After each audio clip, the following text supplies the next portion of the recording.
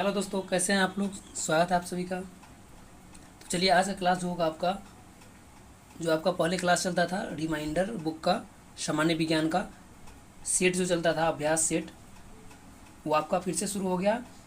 और आपका 18 सेट तक हो गया था क्लास। 19वां नंबर सेट आज करेंगे हम लोग। ये आपका सामान्य विज्ञान का एक सेट में आपका 50 प्रश्न है। और 50 प्रश्न जो आपका इसमें सेट किया गया है, बहुत ही अच्छा प्रश्न है। आप लोग क्लास ज़रूर देखिएगा। और इससे पहले का क्लास आप लोग देखे होंगे, 1 से 18 तक आपका हो चुका है। और आज 19 नंबर शुरू करते हैं। और इसमें लगभग आपका सेट जो है, प्रैक्टिस सेट, लगभग 40 के आसपास है, यानी कि 40 इसका अभ्यास सेट है। तो 40 अभ्यास सेट अगर कर लेते हैं तो इसमें जैसा इसमें प्रश्न दिया गया है, यह बहुत ही आपका एग्ज़ाम की दृष्टि से बहुत ही हेल्पफुल होगा। तो चलिए शुरू करते हैं आज का 19वां नंबर सेट। बहुत ही कम समय लेंगे और रिवीजन आपका बहुत ही अच्छे से हो जाएगा।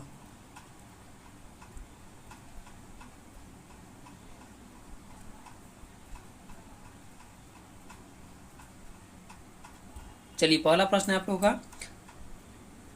तारों के बड़े बड़े गुच्छों को क्या कहते हैं। तारों के बड़े बड़े गुच्छों को क्या कहते हैं। तो इसका आंसर आपका हो जाएगा, ऑप्शन बी हो जाएगा, गैलेक्सी हो जाएगा। गैलेक्सी, या फिर इसे आकाश गंगा भी कहते हैं। क्या कहते हैं? आकाश गंगा। आकाश गंगा, आकाश गंगा कहते हैं।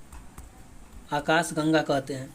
यानी कि आपका तारों के बड़े बड़े गुच्छे को के समूह को क्या कहते हैं? गैलेक्सी या फिर आकाश गंगा कहते हैं। चलिए, अगला प्रश्न है आपका 2 नंबर। 2 नंबर प्रश्न आपका, कि जब लाल फूल को हरे रंग के शीशे के टुकड़े से देखा जाता है, लाल फूल को हरे रंग के शीशे के टुकड़े से देखा जाता है, तो वह कैसा प्रतीत होता है। कैसा प्रतीत होता है। तो इसका आंसर आपका हो जाएगा, ऑप्शन ए हो जाएगा, काला हो जाएगा। यानी कि लाल फूल को हरे रंग के शीशे में अगर देखेंगे तो कैसा दिखाई देगा? काला दिखाई देगा। अगला प्रश्न है आपका 3 नंबर। 3 नंबर प्रश्न आपका, पादपों में संचित भोज्य पदार्थ है। पादप में यानी कि पौधों में भोज्य पदार्थ जो होता है आपका, संचित भोज्य पदार्थ जो होता है, वह किस रूप में रहता है। किस रूप में रहता है? तो इसका आंसर हो जाएगा आपका, ऑप्शन ए हो जाएगा, मड के रूप में रहता है। यानी कि मड यानी कि आपका स्टार्च के रूप में रहता है। स्टार्च के रूप में रहता है। और ग्लाइकोजन जो है, ग्लाइकोजन आपका कवक हो जाएगा। कवक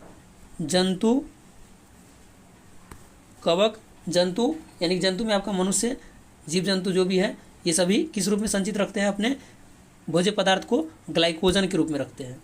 ग्लाइकोजन के रूप में रखते हैं। और पादप मड के रूप में रखते हैं। चलिए, अगला प्रश्न देखेंगे। अगला प्रश्न है आपका 4 नंबर। 4 नंबर प्रश्न है, इंद्रधनुष बनने का कारण नहीं है। यानी कि 4 ऑप्शन दिया गया, इसमें से आपका इंद्रधनुष बनने का कारण कौन सा नहीं है। तो इसका आंसर देख लेंगे। इसका आंसर जो होगा आपका, आंसर इसका डी हो जाएगा, व्यतिकरण। यानी कि आपका अपवर्तन, परावर्तन, विवर्तन और प्रकाश का पूर्ण आंतरिक परावर्तन। यानी कि आपका पूर्ण आंतरिक परावर्तन भी होता है आपका इंद्रधनुष बनने का कारण। अपवर्तन भी होता है, विवर्तन भी होता है और परावर्तन भी होता है। एक नहीं होता है, कौन सा? व्यतिकरण नहीं होता है। आंसर ध्यान में रखिएगा, व्यतिकरण हो जाएगा इसका आंसर। 5 नंबर प्रश्न। 5 नंबर प्रश्न है आपका, निम्नलिखित में से किस रोग का टीका मुंह के द्वारा दिया जाता है। यानी कि मौखिक रूप से दिया जाता है, मुख के द्वारा दिया जाता है। तो इसका आंसर हो जाएगा आपका, ऑप्शन बी हो जाएगा, पोलियो। पोलियो का जो टीका दिया जाता है वह आपका मुख के द्वारा दिया जाता है। और पोलियो जो है आपका, ये चेचक जो है आपका विषाणु जनित रोग है। और ये आपका पोलियो भी विषाणु जनित रोग है। चलिए, अगला प्रश्न देखेंगे। अगला प्रश्न है आपका 6 नंबर। 6 नंबर प्रश्न है, आहार श्रृंखला के, यानी कि आपका आहार श्रृंखला फूड चेन के विभिन्न स्तरों पर ऊर्जा का स्थानांतरण होता है। इन स्तरों को क्या कहते हैं। यानी कि आहार श्रृंखला में विभिन्न स्तर पर ऊर्जा का स्थानांतरण होता है। इन स्तर को क्या कहते हैं? इन स्तरों को क्या कहते हैं? तो इसका आंसर आपका हो जाएगा, ऑप्शन ए हो जाएगा, ट्रॉपिक लेवल कहते हैं। Trophic level. चलिए, 7वां नंबर प्रश्न देखेंगे। 7वां नंबर प्रश्न है आपका, स्टार्च और सेलुलोज के बारे में निम्नलिखित कथनों में से कौन सा कथन सही नहीं है। यहाँ पर ध्यान दीजिएगा, सही नहीं है पूछा गया है स्टार्च और सेलुलोज के बारे में। तो ऑप्शन में आपका दोनों का वानस्पतिक उद्भव है, तो ये आपका सही है। क्या है? ये सही है, दोनों का वानस्पतिक उद्भव यानी कि वनस्पति से दोनों प्राप्त होता है, सही है। ये दोनों बहुलक है, ये भी आपका सही है। उसके बाद आपका आयोडीन के साथ रंग प्रदान करता है, आयोडीन के साथ रंग प्रदान करता है, ये आपका क्या हो जाएगा? गलत हो जाएगा। और दोनों ग्लूकोज अणु से निर्मित है, ये स्टार्च और सेलुलोज जो आपका दोनों ग्लूकोज अणु से निर्मित है, ये भी आपका सही है। तो यहाँ पर पूछा क्या क्या है? नहीं है, मतलब कौन सा सही नहीं है, तो इसका आंसर क्या हो जाएगा? आपका ऑप्शन सी हो जाएगा, ये वाला सही नहीं है। आयोडीन के साथ रंग प्रदान करता है, ये सही नहीं है। चलिए अगला प्रश्न देखेंगे। अगला प्रश्न है आपका 8 नंबर। 8वां प्रश्न है, इनमें से कौन सा उपकरण टेलीफोन लाइन को कंप्यूटर से जोड़ने के लिए प्रयोग किया जाता है ताकि कंप्यूटरों के बीच आंकड़ों का संप्रेषण हो सके? कंप्यूटर के बीच आंकड़ों का संप्रेषण हो सके, यानी कि कौन सा उपकरण है जो टेलीफोन लाइन को कंप्यूटर से जोड़ता है, टेलीफोन लाइन को कंप्यूटर से जोड़ने का काम करता है? तो इसका आंसर आपका हो जाएगा ऑप्शन ए हो जाएगा मोडेम। मोडेम क्या करता है? आपका टेलीफोन लाइन से कंप्यूटर को जोड़ने का काम करता है, मोडेम। मोडेम। और मदरबोर्ड का कार्य क्या रहता है? मदरबोर्ड का कार्य क्या रहता है? यह कंप्यूटर में प्रत्येक प्लग जो होता है आपका, कंप्यूटर में प्लग जो लगाते हैं एक्स्ट्रा, वो सब किस में लगाते हैं? आपका मदरबोर्ड में लगाते हैं। मदरबोर्ड में सभी प्लग को लगाते हैं, मदरबोर्ड में। इसका आंसर हो जाएगा मोडेम हो जाएगा। अगला प्रश्न है आपका 9 नंबर। 9वां प्रश्न है आपका कि निम्न में से किसके जांचने के लिए एलिसा टेस्ट यानी कि परीक्षण किया जाता है? कौन सी बीमारी की जांच करने के लिए एलिसा परीक्षण किया जाता है, टेस्ट किया जाता है? ऑप्शन ए में आपका मधुमेह है, ऑप्शन बी में आपका तपेदिक है, ये दोनों आपका नहीं होगा। चलिए अगला ऑप्शन देख लेते हैं।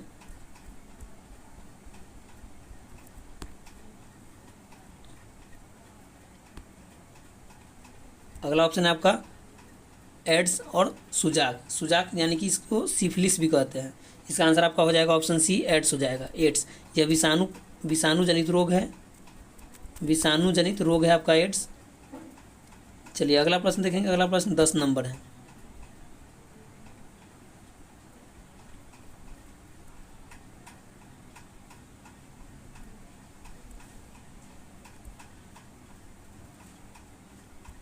दसवां प्रश्न है, सोडियम वाष्प लैंप प्रायः सड़क प्रकाश के लिए प्रयुक्त होते हैं, क्यों? यानी कि सोडियम वाष्प लैंप का प्रयोग सड़क के किनारे क्यों किया जाता है? सड़क के किनारे क्यों किया जाता है? तो इसका ऑप्शन देख लेंगे। ऑप्शन ए में है रास्ते सस्ते होते हैं, ऑप्शन बी में इनका प्रकाश एक वर्णी है और पानी की बूंदों से गुजरने पर विभक्त नहीं होता, यानी कि यह प्रकाश जो होता है यह प्रकाश का बिखराव नहीं होता है। जब पानी की बूंदें गिरने के बाद प्रकाश के कण का बिखराव नहीं होता है, यह एक वर्णी है। यही आपका आंसर हो जाएगा। क्या हो जाएगा? ऑप्शन बी, इनका प्रकाश जो है एक वर्णी होता है और पानी की बूंद पड़ने पर यह बूंदों से गुजरने पर प्रकाश जो है विभक्त नहीं होता है, यानी कि बटता नहीं है। चलिए अगला प्रश्न देख लेंगे। अगला प्रश्न आपका 11 नंबर है। 11वां प्रश्न है, निम्नलिखित में से किस वृक्ष में परपरागकण नहीं होता? परपरागकण नहीं होता, किस वृक्ष में परपरागकण नहीं होता?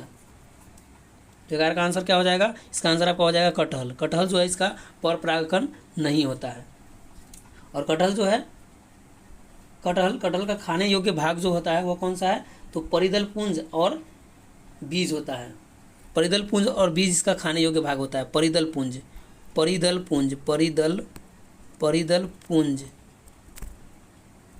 पुंज और बीज इसका खाने योग्य भाग होता है। चलिए अगला प्रश्न देखेंगे। अगला प्रश्न आपका 12 नंबर। 12 नंबर प्रश्न है, निम्नलिखित प्रजातियों में से किस पशु के दूध में सबसे कम वसा प्रतिशत होता है? यानी कि सबसे कम मात्रा में वसा पाया जाता है किस पशु में? कौन से पशु में सबसे कम मात्रा में वसा पाया जाता है? तो 12 का आंसर आपका हो जाएगा ऑप्शन डी हो जाएगा, होल्स्टन फ्रीजन। होल्स्टन फ्रीजन ये आपका प्रजाति है जिसमें आपका वसा का प्रतिशत जो है वो सबसे कम होता है। होल्स्टन फ्रीजन। अगला प्रश्न है आपका 13 नंबर। 13वां प्रश्न है कि हरी खाद के लिए निम्नलिखित में से क्या उपयुक्त नहीं है? हरी खाद के लिए क्या उपयुक्त नहीं है? ऑप्शन ए में आपका सनई है, बी में लोबिया है, सी में ढैंचा है।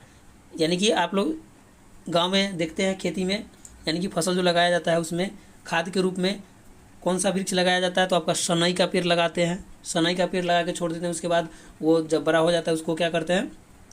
उसको जुताई कर देते हैं खेत का। तो सनई भी आपका हरी खाद के रूप में उपयोग किया जाता है। आपका धैंचा भी लगाते हैं, ये भी आपका हरी खाद के रूप में प्रयोग किया जाता है। लोबिया का भी प्रयोग किया जाता है। लेकिन हरी मक्का जो है आपका, हरी मक्का यानी कि मक्का जो लगाते हैं, तो मक्का तो फसल है, इसको तो हम लोग काट के मतलब ले आते हैं घर, क्योंकि उसको छोड़ नहीं देते हैं, वह खाद नहीं है, यानी कि आपका खाद के रूप में कार्य नहीं करता है हरी मक्का।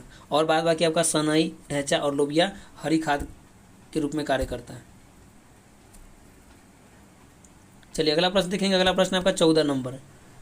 14 नंबर प्रश्न है, मधुमक्खी का पालन कहलाता है। मधुमक्खी पालन क्या कहलाता है? मधुमक्खी पालन को क्या कहते हैं? 14 का आंसर क्या हो जाएगा आपका? 14 का आंसर हो जाएगा आपका ऑप्शन ए हो जाएगा एपी कल्चर। एपी कल्चर आपका मधुमक्खी पालन हो गया। और पीसी कल्चर आपका मछली पालन हो गया, यानी कि मत्स्य पालन हो गया पीसी कल्चर। और सिल्वी कल्चर यानी कि रेशम कीट पालन हो गया, रेशम कीट पालन हो गया। और हॉर्टिकल्चर हो गया आपका, हॉर्टिकल्चर जो होता है यह फलों के उत्पादन से संबंधित है। फल उत्पादन से संबंधित आपका हॉर्टिकल्चर है। एपी कल्चर आपका मधुमक्खी पालन हो गया, सिल्वी कल्चर आपका रेशम कीट पालन हो गया, और पीसी कल्चर मत्स्य पालन हो गया। अगला प्रश्न देखेंगे। अगला प्रश्न आपका 15 नंबर।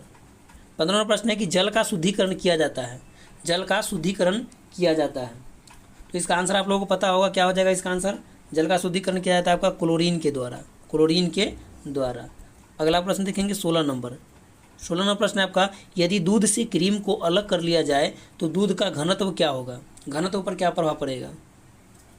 तो दूध जो है आपका, आप लोग जानते हैं कि दूध जो आपका एक कण की तरह व्यवहार करता है।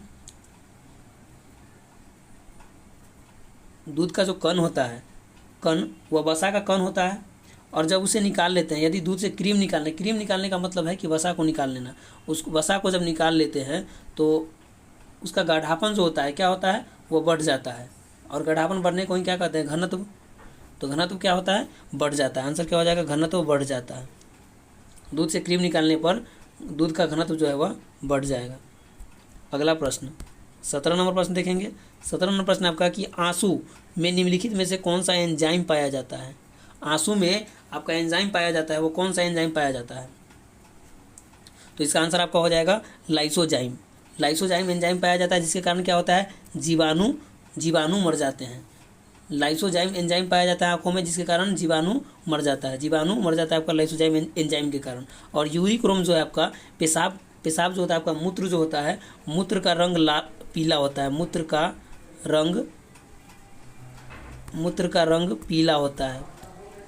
मूत्र का रंग पीला होता है किसके कारण? यूरोक्रोम के कारण आपका मूत्र का रंग पीला होता है। चलिए अगला प्रश्न देखेंगे। अगला प्रश्न आपका 18 नंबर।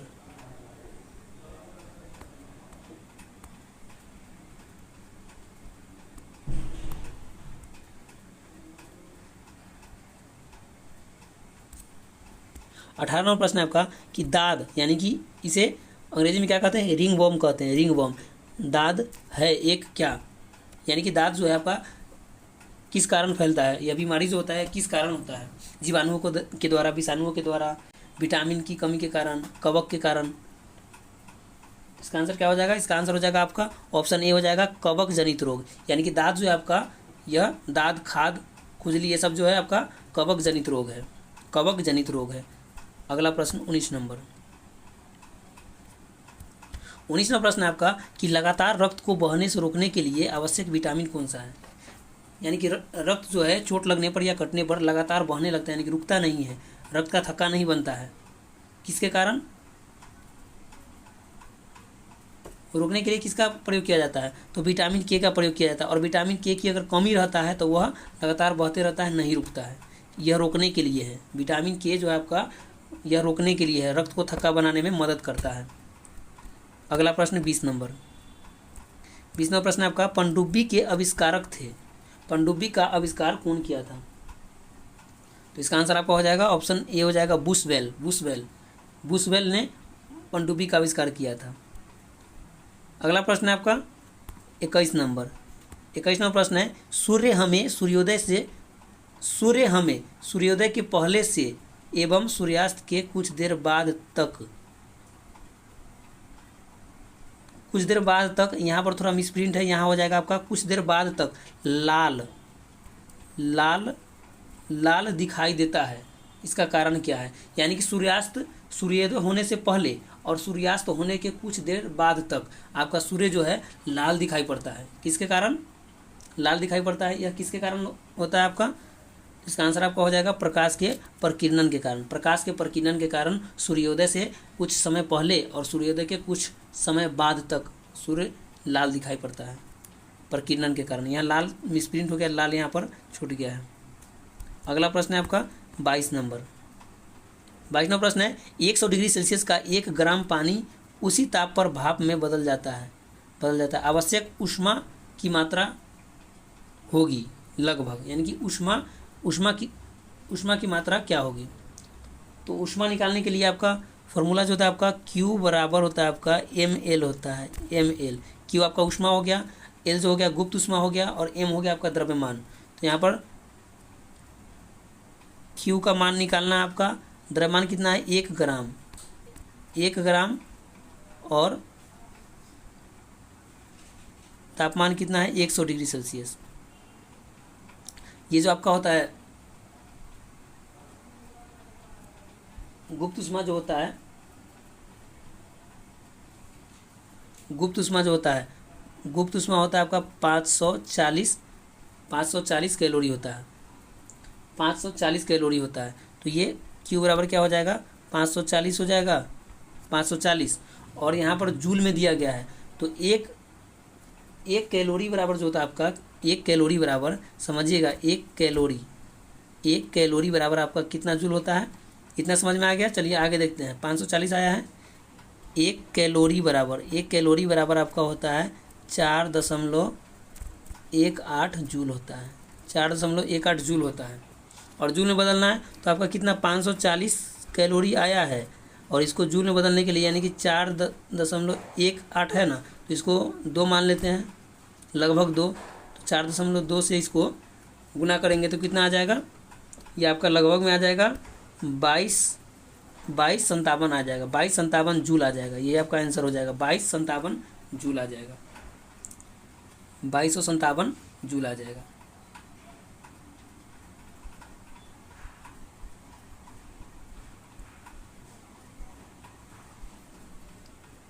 चलिए अगला प्रश्न देखेंगे। अगला प्रश्न है आपका 23 नंबर। 23 नंबर प्रश्न है आपका कि जब किसी बर्फ के टुकड़े पर दाब बढ़ाया जाता है तो इसका गलनांक पर क्या प्रभाव पड़ता है? यानी कि 2 बर्फ के टुकड़े को अगर दबाव बढ़ाते हैं, यानी कि उसको दबाते हैं, तो क्या होता है? दबाव बढ़ाने पर क्या होता है? उसका गलनांक घट जाता है। क्या होता है? इसका आंसर क्या हो जाएगा? ऑप्शन ए हो जाएगा, कम हो जाता है। दबाव बढ़ाने पर उसका गलनांक घट जाता है, यानी कि वह कम गलता है। तो इसका आंसर आपका ए हो गया। अगला प्रश्न देखेंगे। अगला प्रश्न है आपका 24 नंबर। 24 नंबर प्रश्न है आपका कि डीएनए किस प्रक्रिया के द्वारा आरएनए उत्पन्न करता है? आरएनए उत्पन्न करता है, यानी कि आरएनए के निर्माण जो होता है डीएनए के द्वारा, यह किस प्रक्रिया के द्वारा होता है? किस प्रक्रिया के द्वारा? तो ये आपका प्रक्रिया जो हो जाएगा आपका अनुलेखन प्रक्रिया हो जाएगा। अनुलेखन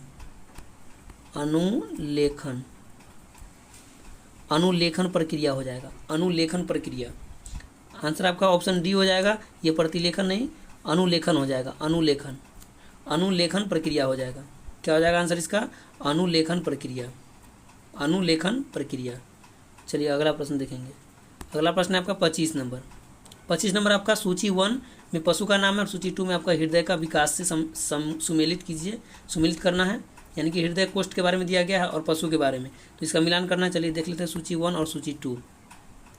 सूची 1 और सूची 2।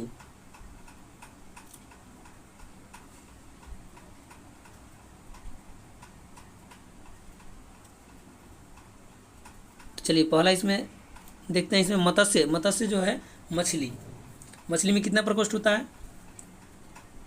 मछली के हृदय जो है वो कितने प्रकोष्ठ में बटा होता है? तो मछली जो होता है आपका यह 4 प्रकोष्ठ में बटा होता है। 4 प्रकोष्ठ में। यानी सॉरी 4 प्रकोष्ठ नहीं, 4 नंबर वाला है 2 प्रकोष्ठ में बटा होता है। मछली का हृदय 2 प्रकोष्ठ में बटा होता है।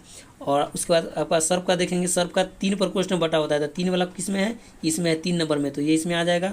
उसके बाद मगरमच्छ जो होता है आपका, यह भी आपका सरीसृप में आता है, लेकिन यह मगरमच्छ जो है आपका, इसमें भी यह सर्प के ही कैटेगरी में आता है, लेकिन मगरमच्छ जो है आपका अपवाद है, इसमें 4 प्रकोष्ठ होता है। तो 4 प्रकोष्ठ वाला किस में है, 1 नंबर में है। तो चलिए इसको इसमें मिला देते हैं। उसका तारा मछली जो है, तारा मछली में कितना हो जाएगा, तारा मछली में कोई हृदय नहीं होता है, तो इसको 2 नंबर मिला देंगे। अब इसको लिख लेंगे। तो आपका ए का क्या हो गया, पहला नंबर आपका क्या हो गया, 4 हो गया, 4 हो गया। उसका दूसरा नंबर आपका हो गया 3 हो गया। उसके बाद तीसरा नंबर मगरमच्छ के लिए क्या हो गया, 1 नंबर वाला। तो 4 3 1, उसके बाद कौन आ जाएगा, 2 आ जाएगा। यानी कि ध्यान दीजिए 4 3 1 2। चलिए अब मिला लेते हैं। इसका ऑप्शन देख लेते हैं कहाँ पर है। चलिए आपका ऑप्शन हो गया इसका 4 3 1 2। तो 4 3 1 2 किस में है, ऑप्शन सी में। देखिए 4 3 1 2, इसका आंसर क्या हो जाएगा, ऑप्शन सी हो जाएगा 4 3 1 2, 4 3 1 2।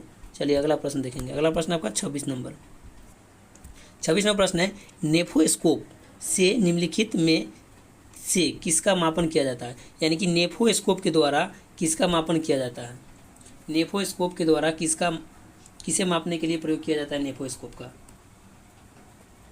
तो इसका आंसर आपका क्या हो जाएगा, इसका आंसर हो जाएगा ऑप्शन बी हो जाएगा, बादलों की दिशा एवं गति को मापने के लिए नेफोस्कोप का प्रयोग करते हैं। बादलों की दिशा और गति मापने के लिए नेफोस्कोप का प्रयोग करते हैं।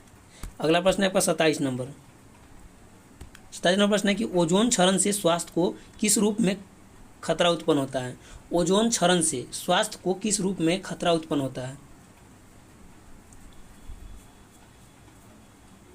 तो इसका आंसर आपका हो जाएगा संवेदन तंत्रीय उत्तेजन के रूप में खतरा प्राप्त होता है ओजोन क्षरण से स्वास्थ्य को किस रूप में खतरा प्राप्त होता है, तो संवेदन तंत्रीय उत्तेजन के रूप में। आंसर सी हो जाएगा इसका। अगला है आपका 28 नंबर प्रश्न है आपका कि पोर्टलैंड सीमेंट के प्रमुख संगठकों में शामिल है। पोर्टलैंड सीमेंट के प्रमुख संगठकों में शामिल कौन कौन सा इसमें। तो इसका आंसर क्या हो जाएगा आपका, लाइम हो जाएगा, सिलिका हो जाएगा और एलुमिना हो जाएगा। ऑप्शन डी हो जाएगा लाइम, सिलिका और एलुमिना। पोर्टलैंड सीमेंट का संगठक यानी कि मिश्रण जो है आपका, पोर्टलैंड सीमेंट जो है मिश्रण है किसका, लाइम, सिलिका और एलुमिना का।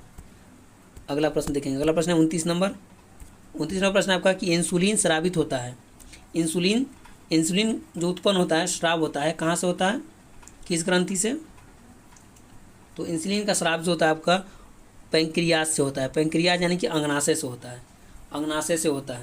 और अंगनाशय जो है आपका अंतःस्रावी ग्रंथि और बाह्यस्रावी ग्रंथि दोनों प्रकार की ग्रंथि है। और सबसे बड़ी ग्रंथि कौन सा है आपका, तो यकृत है। यह सबसे बड़ी ग्रंथि है। आपका यकृत है। और पिट्यूटरी ग्रंथि जो है आपका, इसे मास्टर ग्रंथि भी कहते हैं। मास्टर ग्रंथि के नाम से जाना जाता है पिट्यूटरी ग्रंथि, मास्टर ग्रंथि। अगला प्रश्न देखेंगे। अगला प्रश्न आपका 30 नंबर। परावैंगनिक किरणों को सर्वप्रथम किसने देखा था। तो इसका आंसर आपका हो जाएगा ऑप्शन बी, जोहान विल्हेम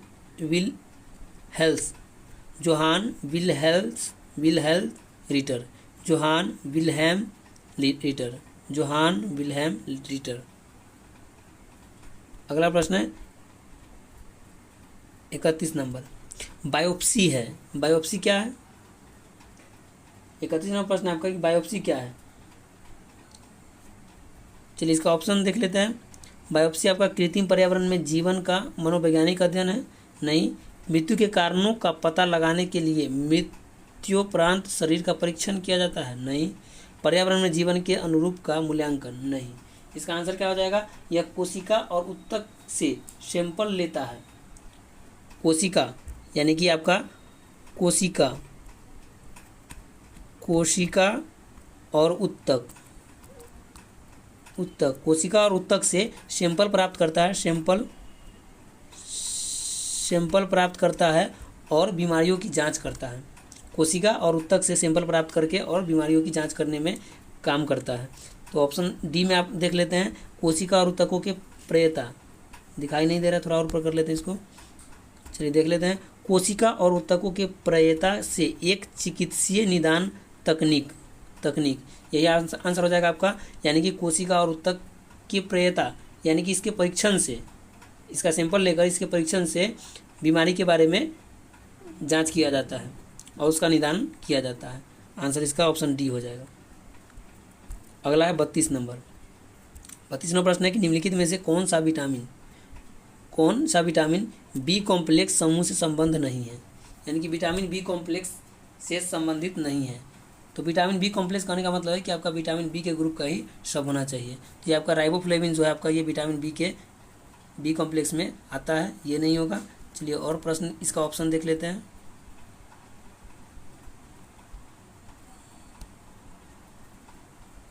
और इसका ऑप्शन है थाइमिन भी आपका आता है, तो ये भी नहीं होगा। एस्कॉर्बिक एसिड आपका आंसर क्या हो जाएगा, एस्कॉर्बिक एसिड हो जाएगा, क्योंकि एस्कॉर्बिक एसिड जो होता है आपका, यह किसका होता है, विटामिन सी का होता है रासायनिक नाम। विटामिन सी का रासायनिक नाम होता है, तो ये आपका बी कॉम्प्लेक्स में नहीं आएगा। बाद बाकी आपका फॉलिक अम्ल, थाइमिन और राइबोफ्लेविन, ये सब आपका बी कॉम्प्लेक्स में आ जाएगा। अगला प्रश्न है आपका 33 नंबर। जब कोई ईंट पानी में डाली जाती है तो उसकी सतह से बुलबुला उठते हुए दिखाई देते हैं, इसका कारण क्या है? इसका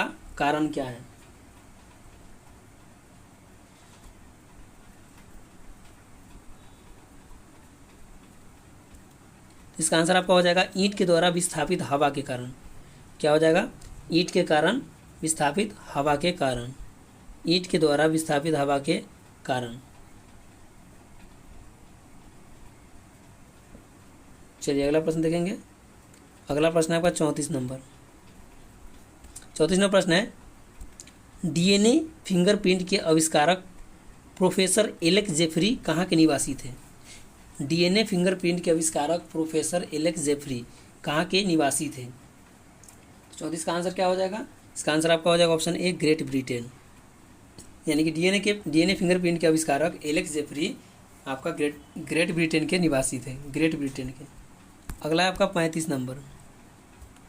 विष के रूप में साइनाइड की क्रिया प्रत्यक्षतः प्रभावित करती है। विष के रूप में साइनाइड की क्रिया, यानी कि साइनाइड जो है आपका, यह क्या है? एक विषैला पदार्थ है और यह प्रत्यक्षतः प्रभावित करता है, यानी कि यह किस अंग को प्रभावित करता है इसका, यानी कि साइनाइड जो है आपका, इसका सेवन करने के बाद यह किस अंग को प्रभावित करता है? ये तो एक विषैला पदार्थ है, तो यह किस अंग को प्रभावित करेगा? क्या हो जाएगा इसका आंसर? इसका आंसर आपका हो जाएगा, यह रक्त में ऑक्सीजन की स्वरूपता को नुकसान पहुंचाता है। रक्त में ऑक्सीजन को नुकसान करता है, यानी कि ऑक्सीजन जो है आपका, उसमें नुकसान करता है आपका साइनाइड।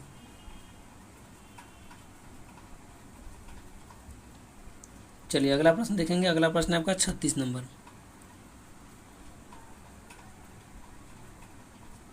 36 नंबर प्रश्न आपका कि मिट्टी के तेल के लैंप की बत्ती में तेल चढ़ने का कारण क्या होता है? मिट्टी के तेल के लैंप में बत्ती में जो तेल चढ़ता है वह किस प्रक्रिया के द्वारा चढ़ता है? तो इसका आंसर आपका हो जाएगा केशिकत्व क्रिया के द्वारा। अगला प्रश्न है 37 नंबर। निम्नलिखित में से सबसे कम तरंगदैर्घ्य विकिरण कौन सा है? यानी कि कौन से विकिरण का तरंगदैर्घ्य सबसे कम होता है? तो 37 का आंसर आपका हो जाएगा ऑप्शन ए हो जाएगा एक्स किरण। एक्स किरण का तरंगदैर्घ्य जो है आपका विकिरण का सबसे कम होता है। अगला प्रश्न है आपका 38 नंबर। 38वां प्रश्न है कि अल्बर्ट आइंस्टीन को किस क्षेत्र में नोबेल पुरस्कार दिया गया था? अल्बर्ट आइंस्टीन को किस क्षेत्र में नोबेल पुरस्कार दिया गया था? इसका आंसर आपका हो जाएगा प्रकाश विद्युत प्रभाव के लिए दिया गया था। प्रकाश विद्युत प्रभाव के लिए और भौतिकी के क्षेत्र में दिया गया था। यानी कि आपका फिजिक्स के क्षेत्र में या भौतिकी के क्षेत्र में दिया गया था। प्रकाश विद्युत प्रभाव के लिए। अगला प्रश्न आपका 39 नंबर, पानी के अंदर गोताखोर सांस लेने के लिए प्रयोग करता है। यानी पानी के अंदर गोताखोर जो होता है वह सांस लेने के लिए किस गैस के मिश्रण का प्रयोग करता है, किस गैस के मिश्रण का प्रयोग करता है। तो इसका राइट आंसर हो जाएगा आपका ऑप्शन ए हो जाएगा, ऑक्सीजन और हीलियम के मिश्रण का।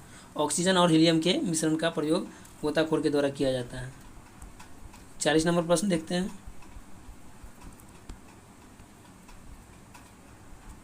40 नंबर प्रश्न आपका कि किस अयस्क से मैडम क्यूरी ने रेडियम प्राप्त किया था। यानी कि मैडम क्यूरी ने किस अयस्क से रेडियम प्राप्त किया था, रेडियम प्राप्त किया था।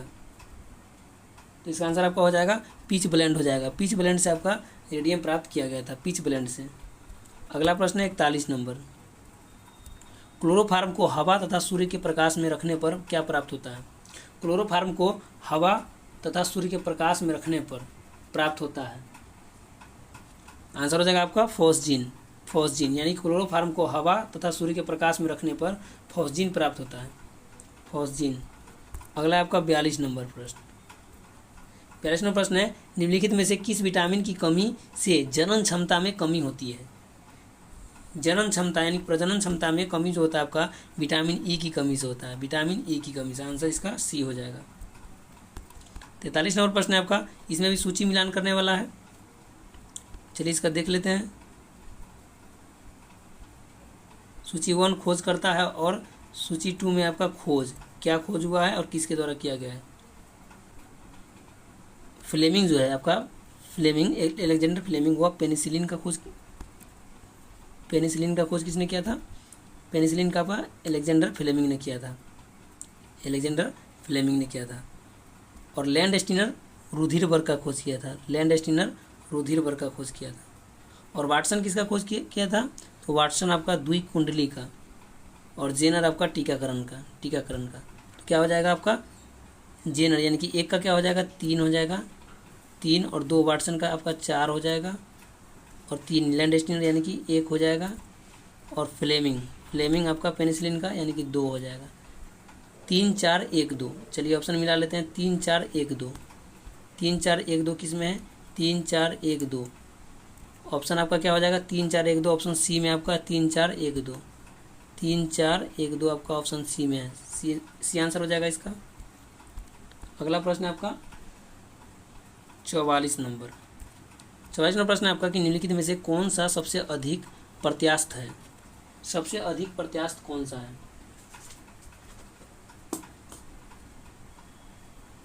इसका आंसर आपका हो जाएगा स्टील हो जाएगा, सबसे अधिक प्रत्यास्थ आपका स्टील है। 45 नंबर प्रश्न है आपका कि वर्णांधता वाले आदमी को लाल रंग दिखाई देगा। तो लाल रंग जो है वह कैसा दिखाई देता है।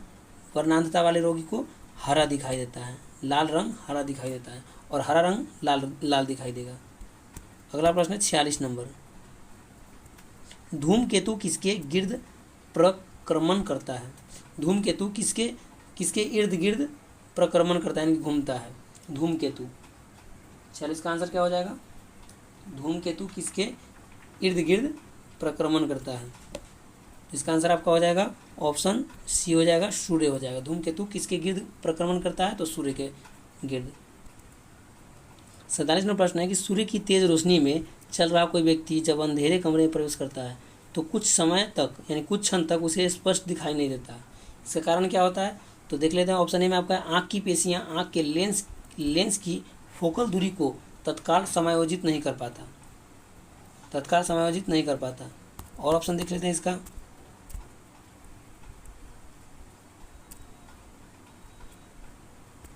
बी में आपका रेटिना कुछ समय तक उज्जवल छवियों को बनाए रखता है, यानी कि जो हम लोग देख चुके हैं उससे उज्जवल छवि को बनाए रखता है और क्षणिक तौर पर असंवेदी हो जाता है, असंवेदी हो जाता है। यह नहीं होगा। 3 सी में आपका आइरिस पुतली को तत्काल संकुचित नहीं कर पाता, संकुचित नहीं कर पाता, ये भी आपका नहीं होगा। ऑप्शन डी में क्या है आपका, ऑप्शन डी में है आइरिस पुतली को तत्काल प्रसारित नहीं कर पाता, यानी कि पुतली को तत्काल वह प्रसारित नहीं कर पाता जिसके कारण धुंधला दिखाई देता है, यानी कि प्रकाश से जब अंधेरे में जाते हैं तो वह अचानक कुछ समय तक वह धुंधला दिखाई देता है, किसके कारण आइरिस पुतली को तत्काल प्रसारित नहीं कर पाने के कारण। आंसर आपका ऑप्शन डी हो जाएगा। अगला प्रश्न देखेंगे। अगला प्रश्न है आपका 48 नंबर। 48 नंबर प्रश्न है कि सीसा पेंसिलों में सीसा का प्रतिशत होता है। सीसा पेंसिलों में सीसा का प्रतिशत होता है, यानी कि आपका लेड पेंसिल जो होता है उसमें सीसा का प्रतिशत नहीं होता है, यानी कि सीसा का उसमें यूज नहीं होता है। तो इसका आंसर आपका हो जाएगा ऑप्शन ए, यानी कि 0% हो जाएगा, 0%। अगला प्रश्न है आपका 49 नंबर। पायस एक कोलाइड होता है। पायस एक कोलाइड होता है। पायस एक कोलाइड होता है आपका किसका? तो आंसर इसका हो जाएगा द्रव में द्रव का। द्रव में द्रव का कोलाइड होता है। पायस द्रव में द्रव का कोलाइड होता है। अगला प्रश्न है आपका 50 नंबर। 50 नंबर प्रश्न है आपका, ये अंतिम प्रश्न है। तो ये प्रैक्टिस सेट जो है आपका 19 नंबर वाला, ये आप लोग देखिएगा। उसके बाद फिर अगले दिन आपका आएगा 20 नंबर का प्रैक्टिस सेट, और डेली आपका एक प्रैक्टिस सेट चलेगा। तो आप लोग मिस मत कीजिएगा। 50 प्रश्न इसमें है और बहुत ही अच्छा प्रश्न है। 50 नंबर प्रश्न है आपका, रक्त में प्रतिस्कंदन पदार्थ कौन सा है? प्रतिस्कंदन पदार्थ कौन सा है?